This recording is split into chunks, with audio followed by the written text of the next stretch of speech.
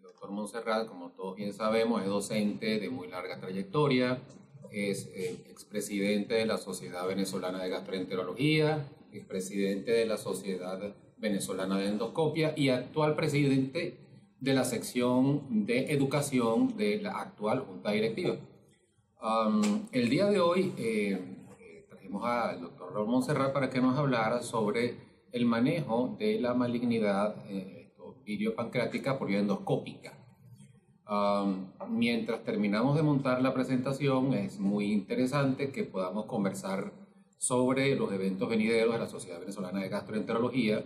Tenemos obviamente nuestro Congreso Nacional del 14 al 16 de noviembre, para el cual continuamos trabajando. Tenemos 3 speakers internacionales, 2 del Johns Hopkins y uno del Lenox Hill Hospital de Nueva York.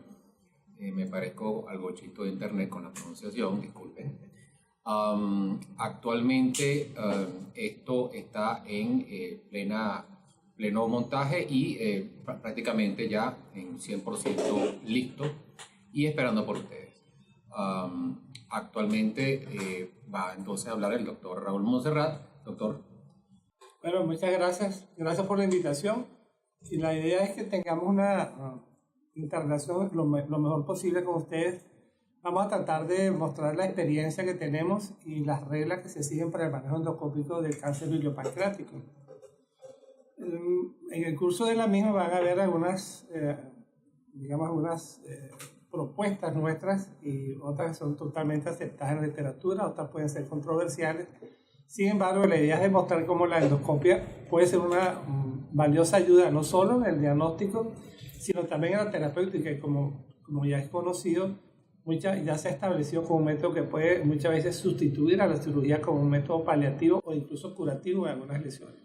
Por supuesto, no se puede descartar el uso combinado de la endoscopia con otros métodos, ya sea radiología intervencionista, ya sea con la misma cirugía, y es posible que de esta manera el paciente pueda beneficiarse. Por supuesto, va a depender de las destrezas del endoscopista, de la disponibilidad de los equipos y de los accesorios que en las circunstancias actuales en Venezuela todos sabemos que se nos dificultan por la escasez y por el costo de algunos de ellos.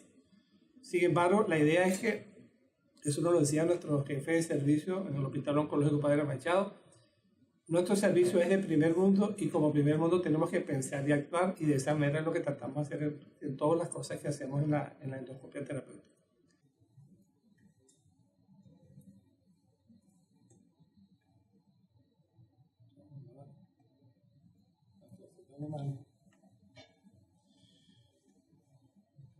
En esta conversación que vamos a tener con ustedes, vamos a tratar de mostrar el valor de la endoscopia terapéutica en este tipo de lesiones. Y vamos a empezar con una que no es la más frecuente, pero vamos a empezar, digamos, de las que muchas veces podemos tratar y curar inclusive, que son los ampulomas. Constituye apenas el 2% de todos los tumores malignos del tubo digestivo y apenas, son tumores de crecimiento lento. Son escasos, la experiencia no es mucha porque son escasos y desafortunadamente se presentan en pacientes usualmente entre la 8ª y 9ª década de la vida, casi todos. Eso dificulta muchas veces tomar medidas terapéuticas más radicales y la endoscopia toma un valor fundamental para su tratamiento por ello. Las lesiones pueden ser pequeñas, como pueden ver allí. Algunas a veces incluso no se pueden ver en una endoscopia convencional.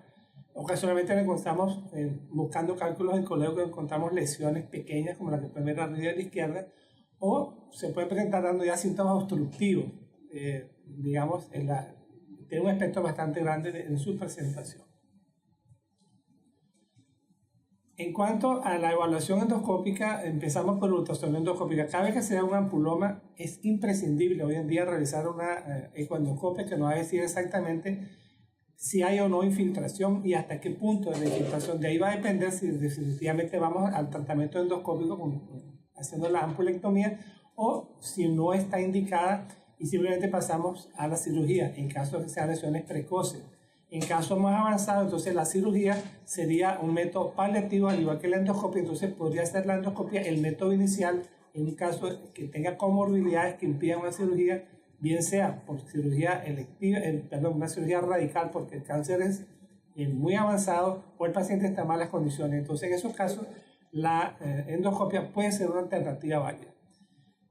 De manera que Antes de decir cuál conducta tomar, es necesario valorar la edad, la histología, el grado de diferenciación del tumor, por supuesto, y el estadio TNM, que nos lo va a dar la tomografía y el ultrasonido. Y por supuesto el consentimiento informado del paciente. Se considera que antes de que se hiciera la disección submucosal, es el procedimiento endoscópico que tiene más morbilidad e incluso mortalidad de todo lo que se realiza. O sea que cuando decidimos hacer una ampulectomía, tenemos que ser conscientes de que está bien indicada, que se está haciendo de la manera correcta y aún en las mejores manos no está exenta de complicaciones. Hay que hacer una diferenciación entre lo que es la ampulectomía quirúrgica y la que hacemos por endoscopia. La quirúrgica, por supuesto, se extiende mucho más que la endoscópica. Sin embargo, la endoscópica es suficiente para tratar estas lesiones cuando son lesiones que están bien delimitadas a la papila. Aquí pueden ver un ejemplo de un ampuloma,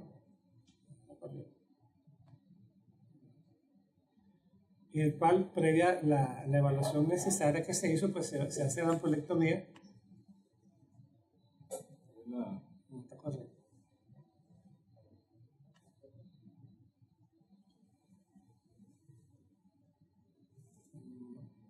Sí.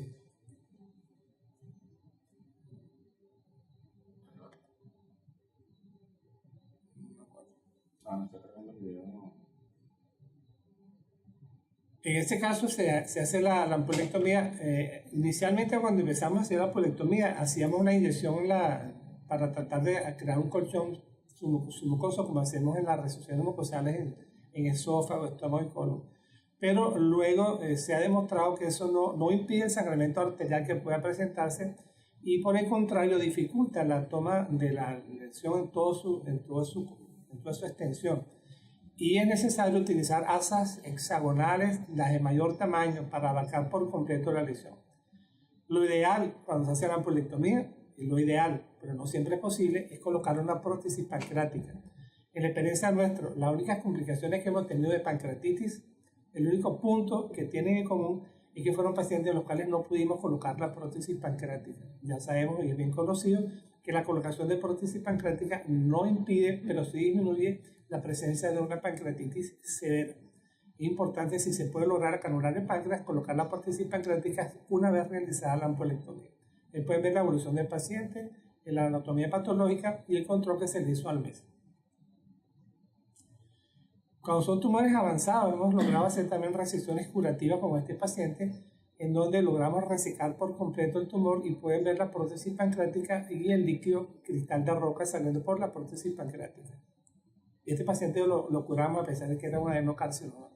Es posible curar lesiones si están limitadas exactamente, al igual que otras lesiones superficiales del tubo digestivo.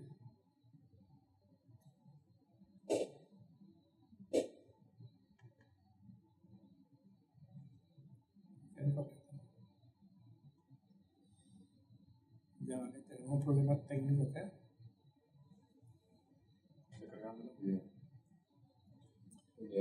Vamos a esperar que cargue el video. Cuando vemos las lesiones y nos refiere a un paciente que un diagnóstico de ampuloma, siempre citamos al paciente para hacer una endoscopia con un duodenoscopio, como pueden ver ahí. Y una vez que hacemos la evaluación inicial, es que después decidimos si el paciente puede o no ser, digamos, dirigido para hacer la ampulectomía. Como este paciente tenía una ictericia pronunciada con muchos signos de rascado en la piel, decidimos hacer una fistulotomía. Estamos esperando que cargue el video para poderlo mostrar. Y se hace la fistulotomía y eso va a permitir que el paciente mejore la ictericia, mejore el prurito. Se sabe también que cuando mejora la ictericia, el apetito mejora. Y mientras tanto estamos evaluando al paciente, se le hace la ecoendoscopia, se hace la tomografía como vamos a ver más adelante y se decide al final cuál es la decisión, si el paciente va para cirugía o no. Si una vez hecho todo el procedimiento de evaluación se comprueba, como en este caso, que se trata de una lesión estadio 3, son pacientes de 84, 85, 88 años, son pacientes de un estadio 3, ya no es candidato a cirugía, y se le hace la desviación vital colocando un stent metálico.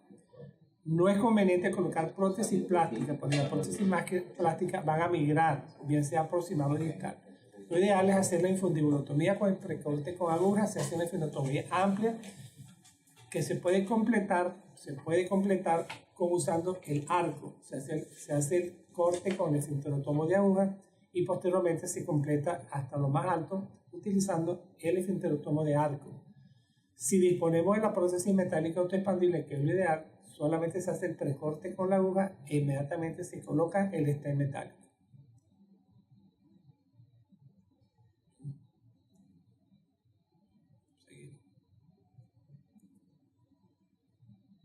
Fíjense los resultados con la pancreatectomía o la papilectomía o ampulectomía endoscópica comparado con la cirugía. No hay que olvidar la morbilidad y la mortalidad que lleva implícita la cirugía. Es una cirugía bien complicada que tiene morbilidad y mortalidad. Y de nuevo, no hay que olvidar que estamos tratando pacientes.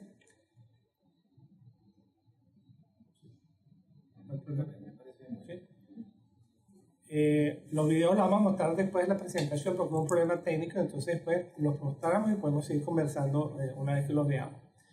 No hay que olvidar cuando se decide la cirugía que debe ser paciente en buenas condiciones, con poca morbilidad.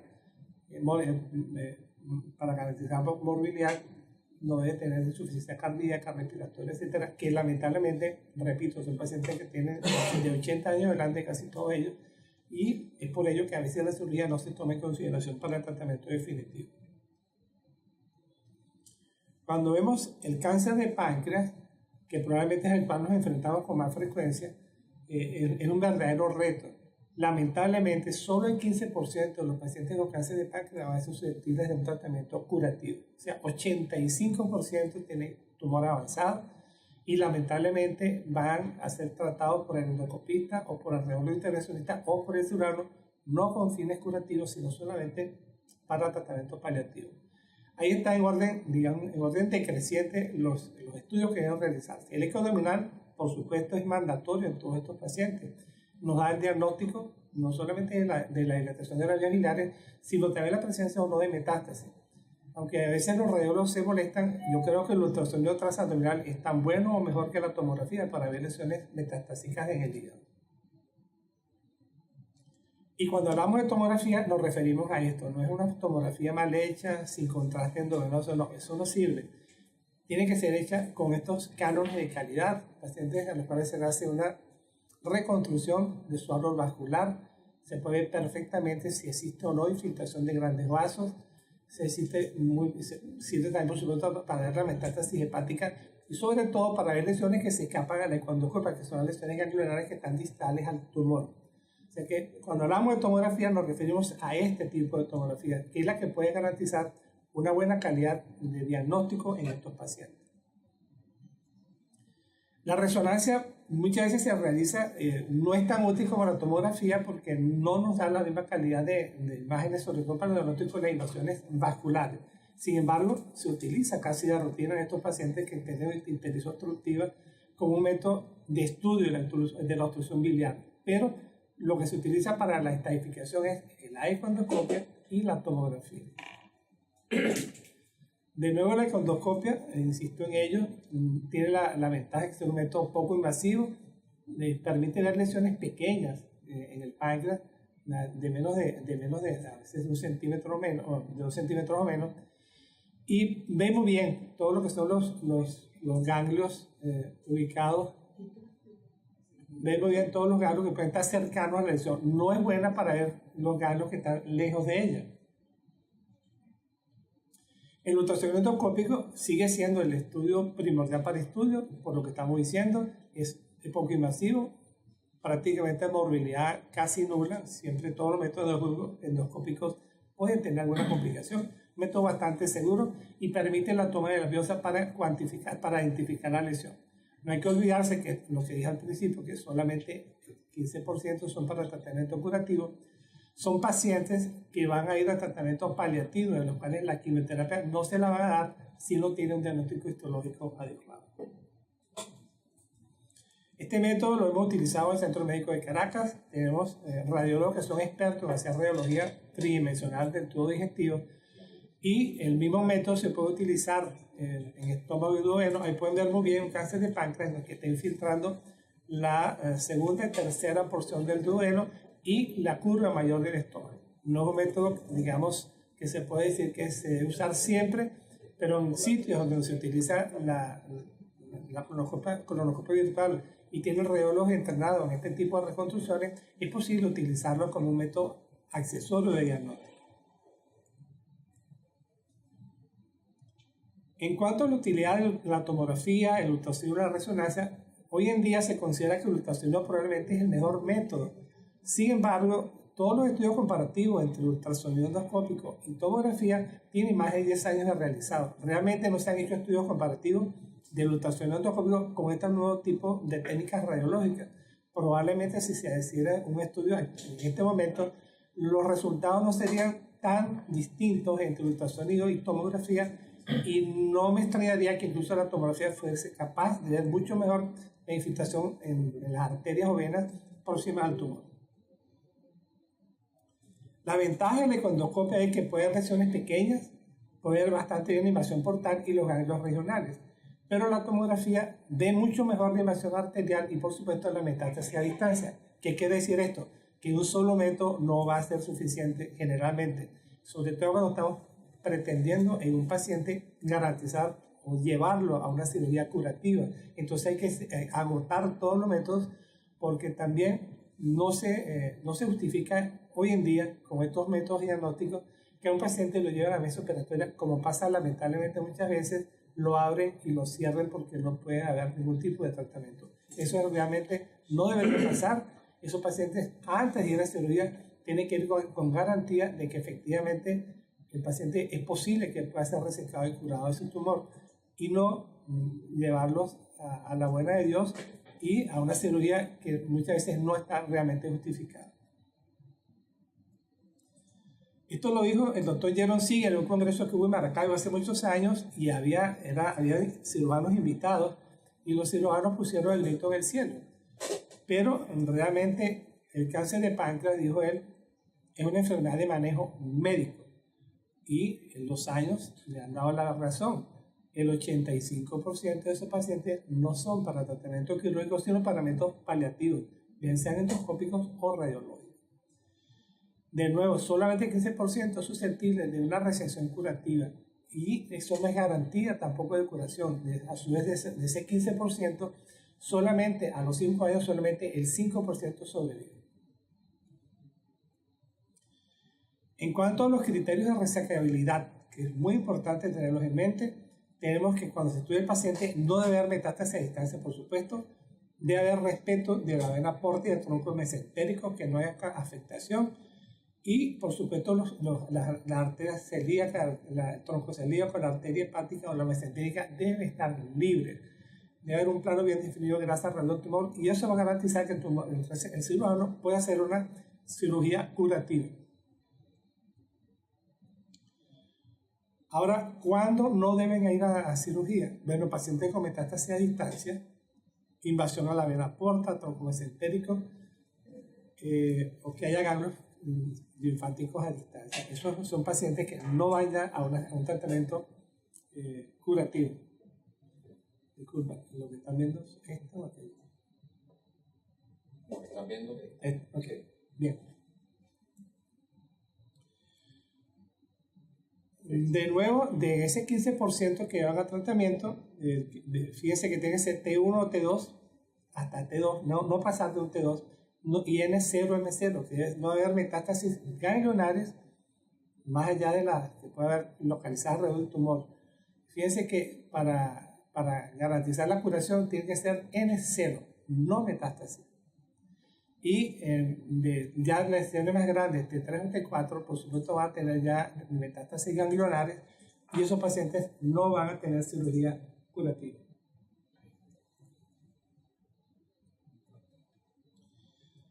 Ahora, cuando hablamos de paliación, ¿qué vamos a aliviar en estos pacientes? Bueno, en primer lugar, la ictericia, que es el motivo de consulta por el cual ellos que van a venir a nuestros hospitales o a nuestros consultorios. Necesitamos aliviar esa ictericia, por supuesto, tratar de prevenir o aliviar la obstrucción duodenal y el tratamiento del dolor. El 80% de estos pacientes tienen ictericia y está localizado a nivel distal. La obstrucción mecánica del tracto digestivo se presenta en un 20-40%, a veces de entrada o en la evolución posterior del paciente.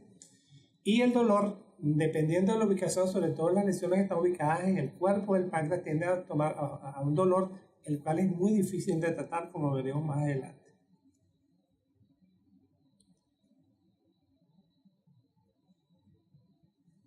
En cuanto a la obstrucción biliar, de conducto biliar, las técnicas bien establecidas van a ser la endoscópica, la percutánea o la quirúrgica. Y hay limitaciones técnicas con digamos, con la laparoscopia y la experimental, que es con la robótica. Hemos visto algunas experiencias que nos han llegado por robótica y realmente es impresionante lo que puede hacer para paliar la ictericia en estos pacientes. Para aliviar la ictericia,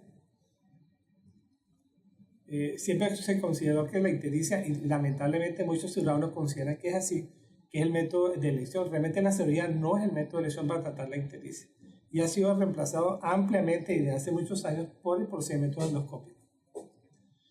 Este estudio de Smith, ya fue publicado en el Lancet en el año 94, demostraba la gran ventaja de utilizar la endoscopia sobre la cirugía, sobre todo por la morbilidad asociada a la cirugía. El factor, digamos, malo para la endoscopia era la obstrucción de las prótesis biliares. Parece que en esa época se utilizaban prótesis plásticas. Hoy en día, con la utilización de la prótesis metálica, la obstrucción, aun cuando se presenta, por supuesto, no es la de las prótesis plásticas. Quiero llamar la atención sobre el uso de las prótesis plásticas cuando se utilicen. Es que esos pacientes hay que hacer un recambio de la prótesis máximo a las 8 semanas. Realmente no se considera adecuado dejar prótesis. No han llegado pacientes que tienen 8, 10 y 12 meses con una prótesis plástica presentando episodios de colangitis. A las 8 semanas, prácticamente el 100% de esas prótesis están obstruidas y hay que recambiarlas. La prótesis metálica tiene la ventaja de que logra un alivio bastante rápido a la ictericia, logra aliviar la obstrucción en forma rápida, en cuestión de 48 horas ya el estén está totalmente abierto y tiene, digamos, complicaciones. Comparado con la prótesis plástica, tiene más incidencia de pancreatitis que la prótesis plástica. Nosotros utilizamos las prótesis descubiertas o parcialmente cubiertas. El uso de las prótesis totalmente cubiertas no es recomendable por dos razones. Primero, porque migran. El porcentaje de migración de los stents metálicos totalmente cubiertos es alrededor de un 18 o un 20%. Eso es un factor. Y lo otro que se ha demostrado desde hace tiempo, y acaba de salir trabajos publicados hace cosa de un mes, en donde la incidencia de colecistitis aguda es mucho mayor, también un 20% más o menos puede presentar colecistitis aguda. En caso de que deseemos utilizar un stent metálico totalmente cubierto, entonces debes hacerlo en pacientes que tengan una colecistectomía previa. Si no, lo recomendable es utilizarlas totalmente descubiertas. El otro inconveniente actual en nuestro país es el costo de las prótesis metálicas. Las prótesis metálicas sabe usted que cuestan entre 850 y $1,200. Entonces, lamentablemente, con la depreciación que ha habido en nuestra moneda, cada día es más difícil poderlas colocar por el alto costo. Sin embargo, no hay que olvidar también que en un año colocarle a un paciente 2 o 3 recambios de prótesis plástica, y eso se demostró hace años, es casi tan costoso como colocar una metálica al principio. Ya se sabe entonces que para el manejo endoscópico las prótesis biliares han sustituido la cirugía en el tratamiento. ¿Por qué? Porque tiene menos morbilidad y garantiza alivio de la ictericia. Digamos que deberíamos decir que todo paciente que no es susceptible de cirugía curativa debe ser manejado de forma endoscópica. Tenemos la opción de la cirugía, siempre planteando las opciones a la cirugía. Es la radiología intervencionista. La radiología intervencionista garantiza también el alivio de la ictericia. Es posible colocarlo por vía percutánea. El inconveniente con la radiología intervencionista es el alto costo, es un procedimiento muy costoso realmente, y las complicaciones, tiene más complicaciones que la colocación endoscópica. Sin embargo, son muy, pero muy efectivos. Muchas veces combinamos el método radiológico con el método endoscópico, de manera que cuando el radiólogo trabaja solamente guiándose por el monitor de la fluoroscopia, ve solamente en un solo plano las imágenes. Entonces, muchas veces el stent puede quedar colocado, digamos, chocando contra la pared contralateral del duodeno. No es conveniente porque el stent es traumático y puede provocar dolor, erosión, sangrado e incluso perforación. Entonces, lo ideal es hacerlo por vía, digamos, combinado con el radiólogo intervencionista, de manera que se pueda colocar perfectamente el stent en la situación que nosotros queremos. Hoy en día se está utilizando para aliviar la ictericia el método con econdoscopia. Hay pocos econdoscopistas que tengan experiencia con esto. En Venezuela no hay mucha experiencia con la forma de drenar la ictericia con econdoscopia. Sin embargo, es un método que se está utilizando cada vez más e inclusive ya se plantea como una real alternativa a la radiología intervencionista el drenaje por ecoendoscopia. En cuanto a la obstrucción duodenal, siempre ha habido también mucha discusión con los cirujanos. ¿Qué hacer con estos pacientes? Estos pacientes se planteaba inclusive hacer derivaciones gastroenterolastomosis preventivas de la obstrucción. Realmente hoy en día se coloca el stent y si el paciente se obstruye, lo recomendable es colocar stent gastroduodenales.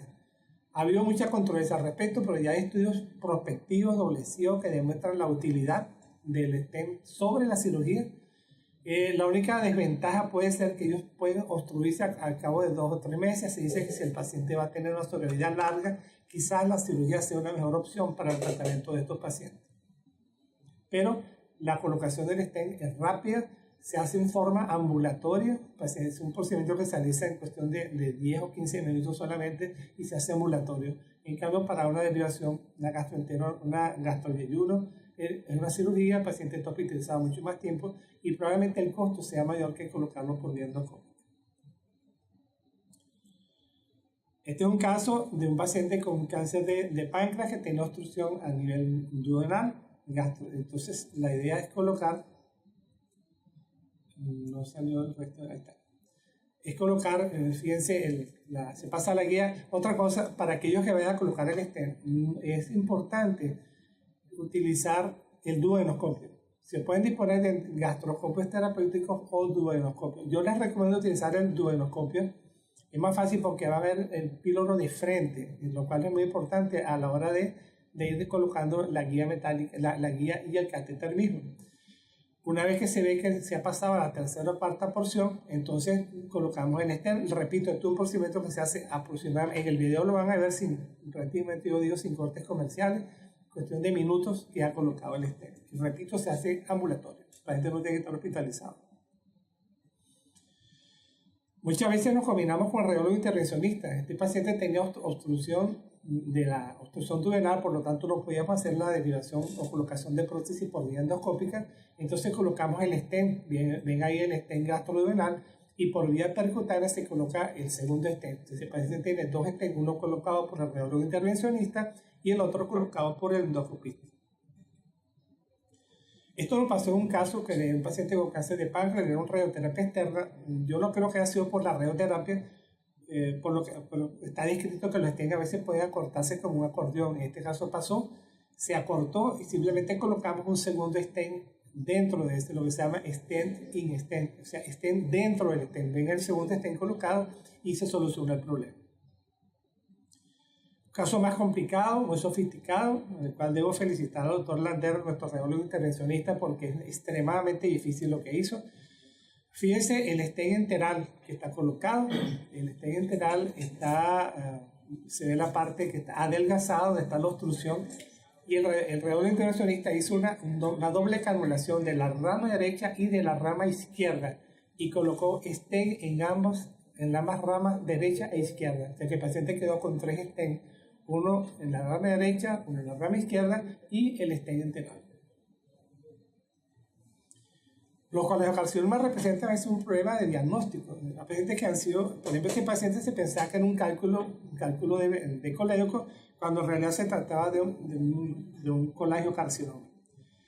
Se nos presenta el problema que esta situación es obstrucción se presenta a nivel del hepático común, y entonces el hepático común a veces es difícil que anular ambas ramas.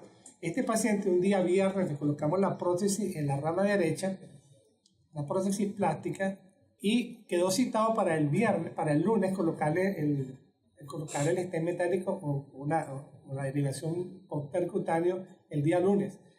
Resulta ser que el día domingo el paciente entró en shock séptico, de manera que al manipular la vía biliar se infecta la otra vía que no está drenada. Se transformó en un problema muy grave, pasó a cuidado intensivo, y estando en cuidado intensivo se pasó inmediatamente a hemodinamia, se le hizo el drenaje percutáneo por la rama izquierda, y el paciente 48 horas más tarde estaba libre de colangitis. De hecho, el mismo día que se le hizo el drenaje percutáneo se le dejaron de pasar drogas vasoactivas, o sea que la respuesta es inmediata. Vale la pena decir que las colangitis deben tratarse en forma agresiva e inmediata. No se puede dar largas ni esperan estos pacientes, hay que actuar sobre la marcha. Paciente en cuidado intensivo, en shock séptico, se pasó a la unidad de hemodinamia y se hizo el drenaje y el paciente sobrevivió. Ahí pueden ver lo que se hizo el drenaje izquierdo, y luego más adelante se le hizo una colocación de prótesis percutánea endoscópica, una en la rama derecha y otra en la rama izquierda. Los cánceres a veces difíciles de diagnosticar, como en este caso, es posible a través del endoscopio hacer la biopsia, lo cual es muy importante también tener la histología, porque, repito, para la quimioterapia el oncólogo médico siempre va a exigir el hallazgo de anatomía patológica. Hemos utilizado prótesis ultracortas, prótesis metálicas ultracortas también en pacientes que tienen, fíjense, un colangiocarcinoma pequeño en longitud, pero dando una intención obstructiva muy importante.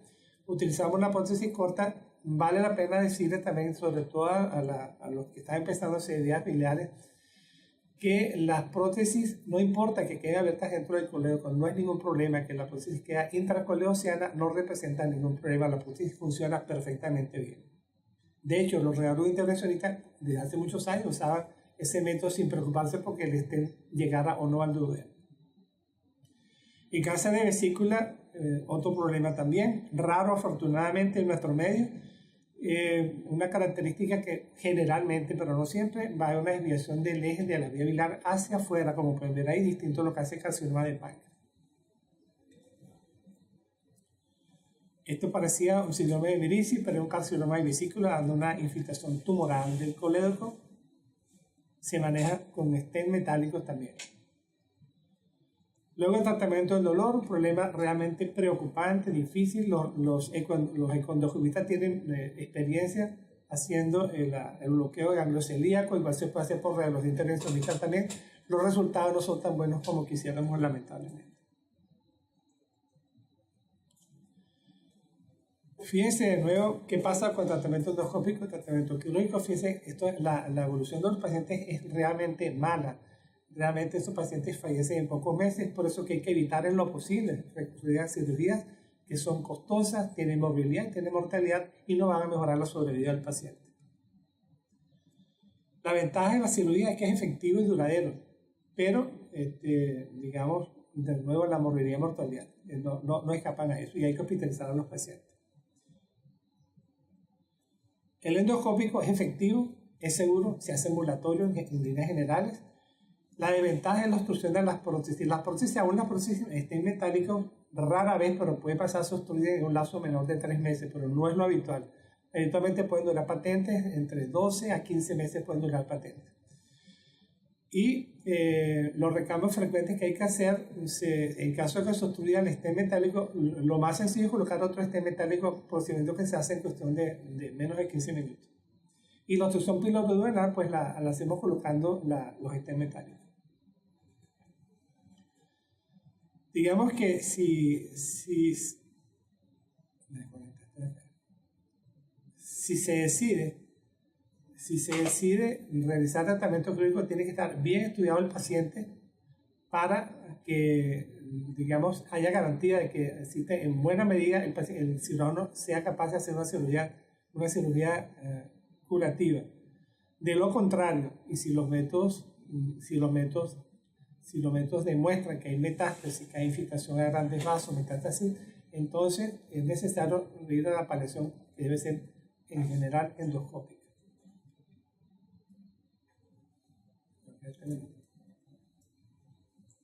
Digamos que el futuro, quizás la cirugía laparoscópica la hemos visto realizar muy bonita cuando se hace, cuando está indicada, es una buena indicación, sobre todo porque el postoperatorio es mucho mejor. Y la robótica, que hemos visto también, un caso que nos mostraron de los universitarios, realmente es una maravilla lo que puede hacer con la cirugía robótica, está en el futuro, en algunos sitios es el presente, en el caso de nuestro país, en el futuro. Muchas gracias. Gracias, Raúl, excelente, obviamente, como todo lo que tú nos traes. Ahorita vamos a aprovechar, si podemos, si el equipo técnico nos da la luz verde para proyectar los videos. Ok, tiempo de 5 minutos. Mientras tanto, vamos a ir comentando un poquito esto que nos trajo Raúl.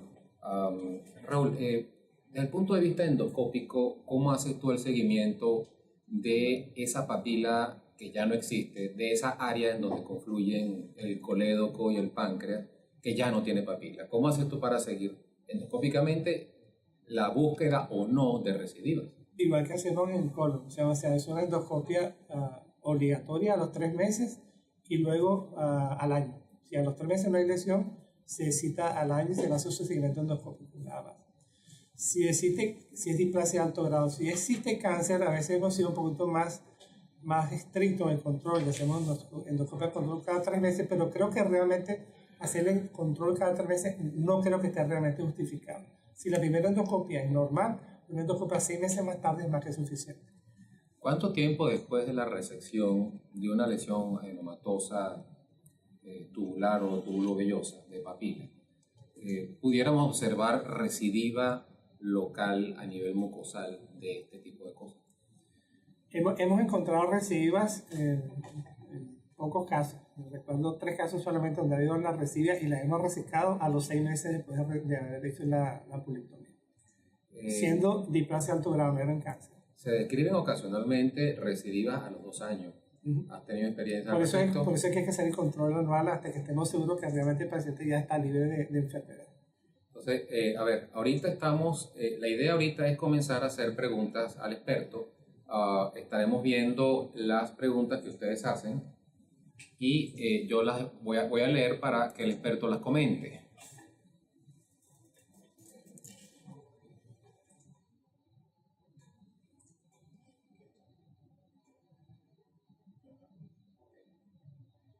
A ver, aquí nos dice Evelyn Richards, excelente, nos están copiando desde el Táchira, nos están copiando desde Caracas, por supuesto, desde Chile, nos está viendo la doctora Neovis Ruiz, Fabio Sacá dice excelente audio y video.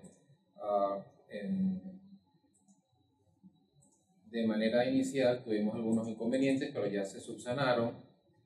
Nos dice Maridanín Monserrat, dice excelente ponencia, imagen, audio, saludos.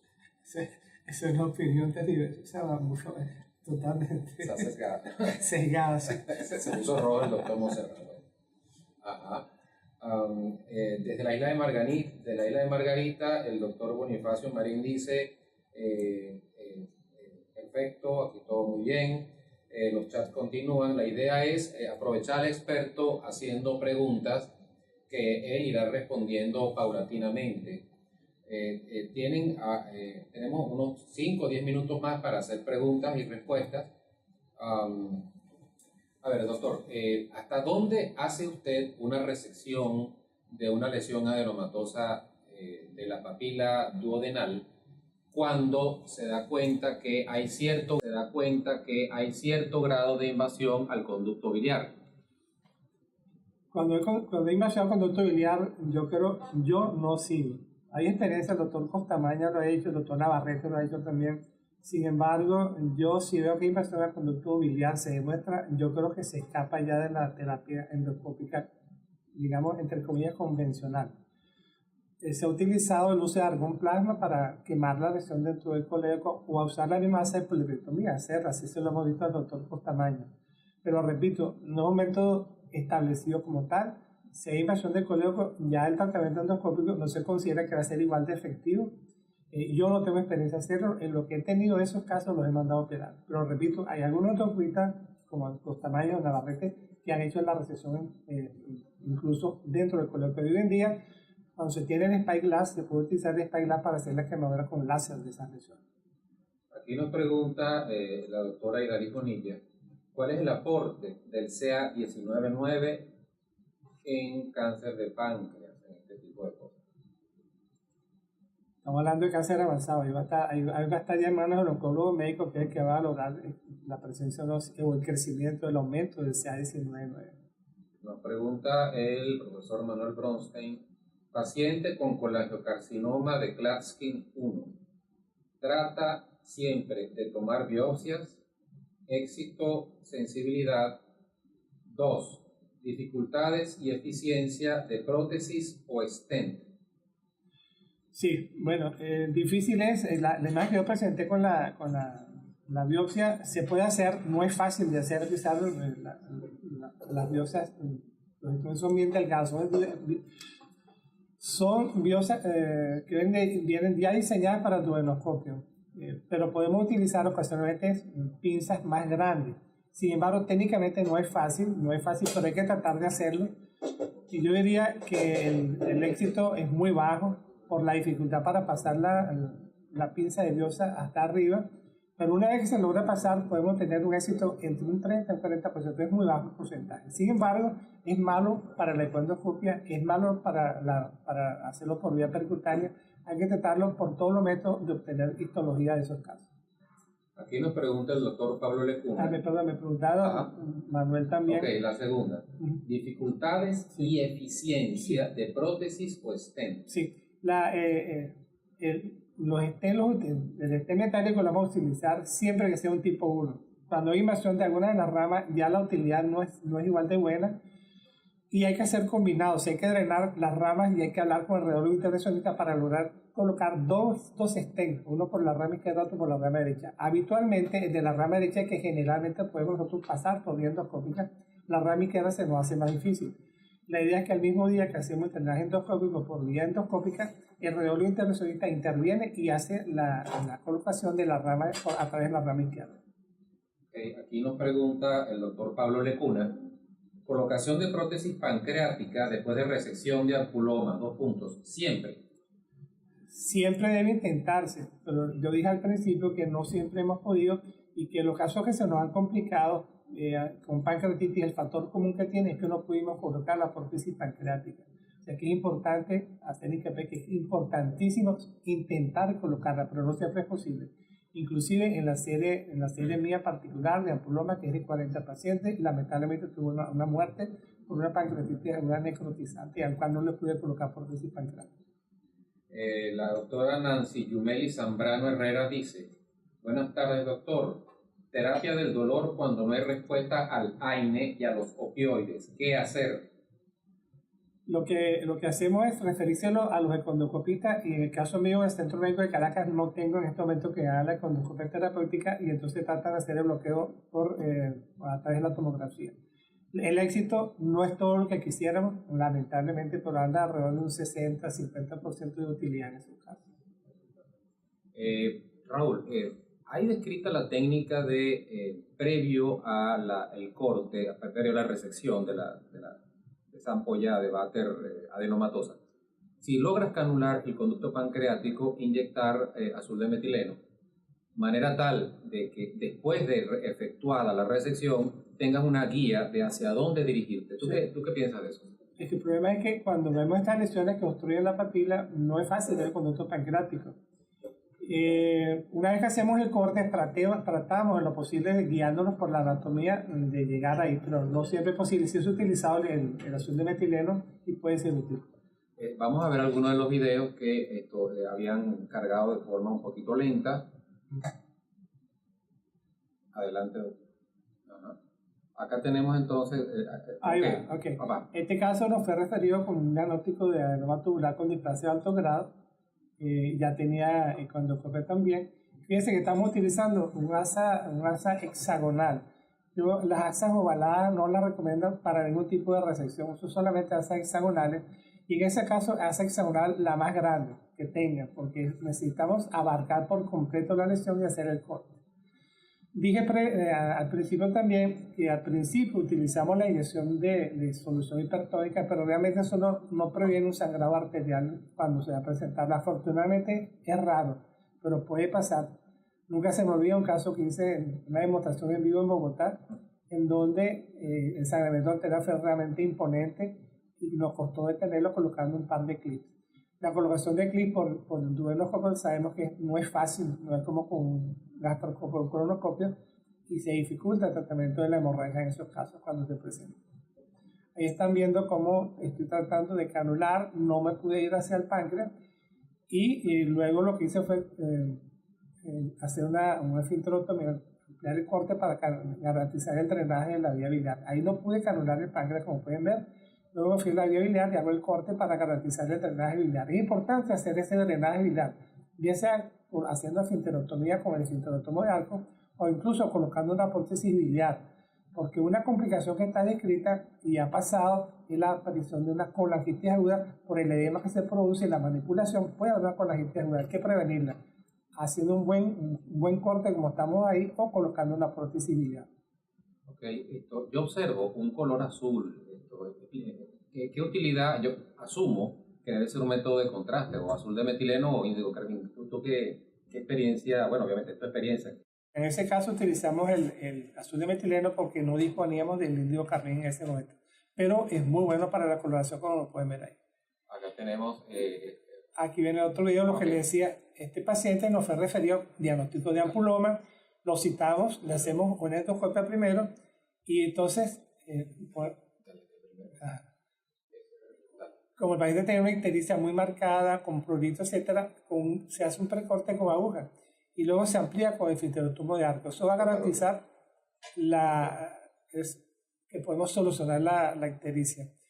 Ahí, cuando se comprueba que el paciente no es estadio 3, no tiene indicación quirúrgica, entonces, sobre ese pequeño orificio en el cual habíamos dicho previamente, eso lamentablemente no se ve en el video inicial, pero el corte con el arco llegó hasta arriba. Y fíjense cómo se reduce el tamaño del orificio que hicimos. Ahí estamos colocando el stent metálico y ya esa es la paliación definitiva.